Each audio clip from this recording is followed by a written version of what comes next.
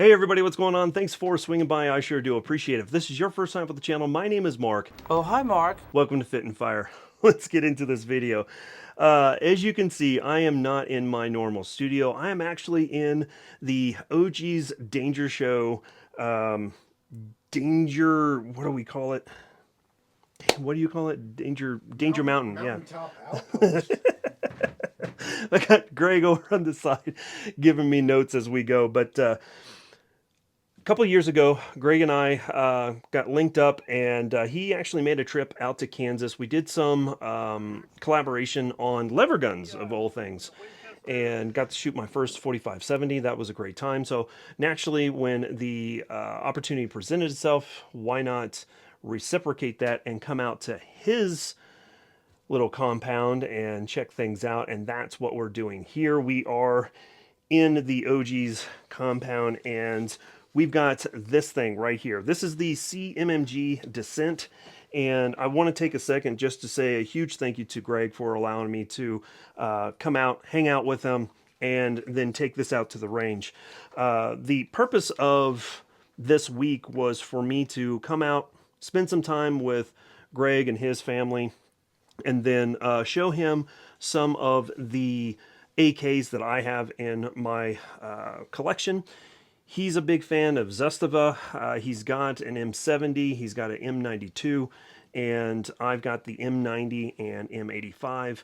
Both of those are 5.56, so I thought, hey, why not come out, bring those so he can try those out, and then while I'm out here, I can kind of take a look at some of these ranch rifles that he's got.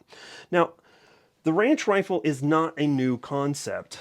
It's been around for quite some time. As you can see on the wall over here, there is a Ruger Mini 14. That thing has been around for decades at this point.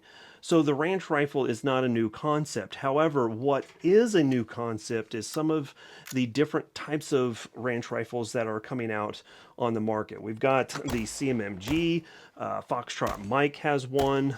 There's a couple others that are floating around out there as well. But I personally believe, just my personal opinion, that the CMMG is probably, I would say, at the apex of all of these different types of ranch rifles, and my time out at the range kind of solidified that fact. Now, full disclosure, I'm not getting paid to say anything good, bad, or indifferent about the Dissent by CMMG or anybody else. I'm going to talk about the good with the bad and let you guys decide whether or not this is going to be right for you.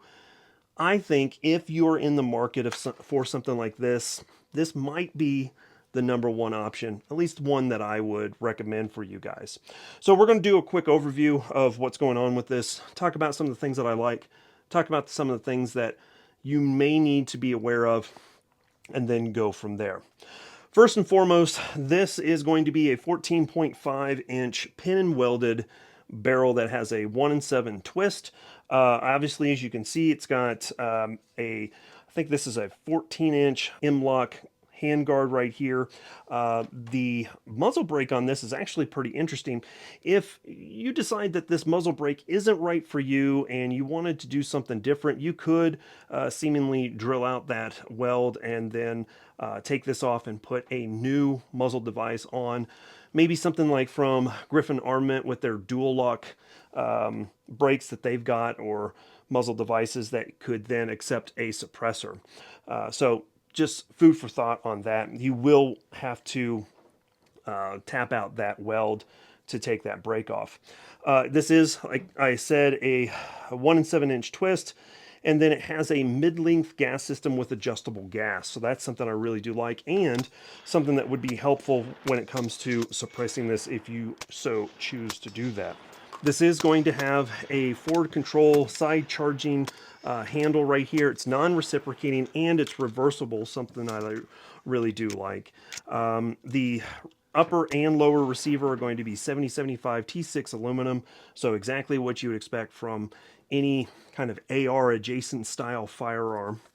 As you can see, this does accept Stanag mags, so that is something that a lot of people are going to like.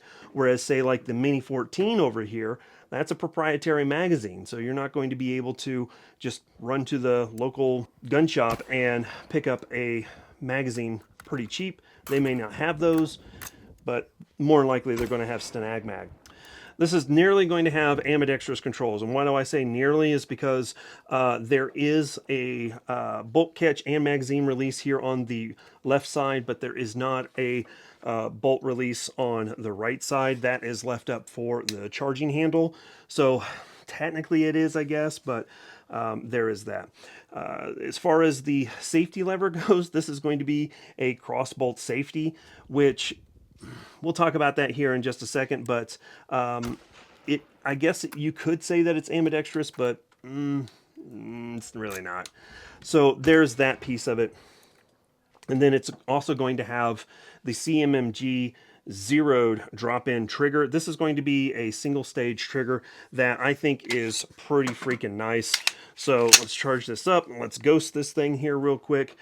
Single stage trigger, so there's no take up, and then it breaks right on over, right around that, we'll call it 5.5 pound mark. Here's your reset, and then your trigger squeeze again. Pretty nice, pretty crisp. It's what you'd expect with a single stage trigger. All right, so let's talk about some of the things that I like about this and the shooting experience. Naturally, anytime you get a chance to go out to the range, that's a good time. Regardless if you're shooting this or something else, range time is therapy. And I really enjoyed shooting this super flat shooting. That was very surprising. But a lot of it has to do with that mid-length gas system and that really nice 2-port brake that they have on here with 2 ports on top to help with compensation. And yeah, it shot very, very flat, and I could get this going pretty quick. Not as quick as somebody like Clayco, but I was able to get this going. Now, one of the interesting things is that, as you can see, with my Doug Flutie hands, there's no way for me to reach up and hit that magazine release without breaking my firing ham away from the grip here. So one of the things that I found is reloading this is going to be kind of similar to an AK. You're going to reach up and depress that magazine release.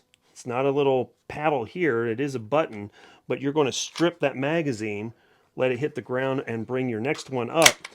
Pretty much the same manual of arms as an AK in my mind. And that actually took me a few times to get used to, but eventually I was able to get it done, and it worked out pretty good. While you're inserting your new magazine, you can easily depress the bolt release here, or you could just run the charging handle and get back into action. So real quick, the biggest question is, why would you want to purchase something like this? And that is going to be the fact that this is going to be, we'll call it 49 state legal. When people think of restricted states for like AR-15s or quote-unquote assault weapons, the first state that comes to a lot of people's minds, not everybody, but a lot of people's minds, is going to be California. This is going to be legal in California. So that was something that I really do like about it as well. With somebody like myself who's traveling from state to state to state and sometimes may not know what the laws are for the state, or if there's new laws, like maybe I'm driving into California or Colorado, going from Kansas to Colorado, taking a right turn and heading north to Wyoming to go see my property. I'm not sure what the laws are there. They've changed it so many times. Having something like this in the truck would solve those problems, in theory, right? So that's kind of the use case for something like this. Now let's talk about the things that I didn't necessarily like, and that goes to the safety. This is a crossbolt safety, so naturally having this in your near your trigger is nice because you can easily depress this with your index finger. You can kind of bend your index finger up, press it, and then get down on the trigger pretty easily.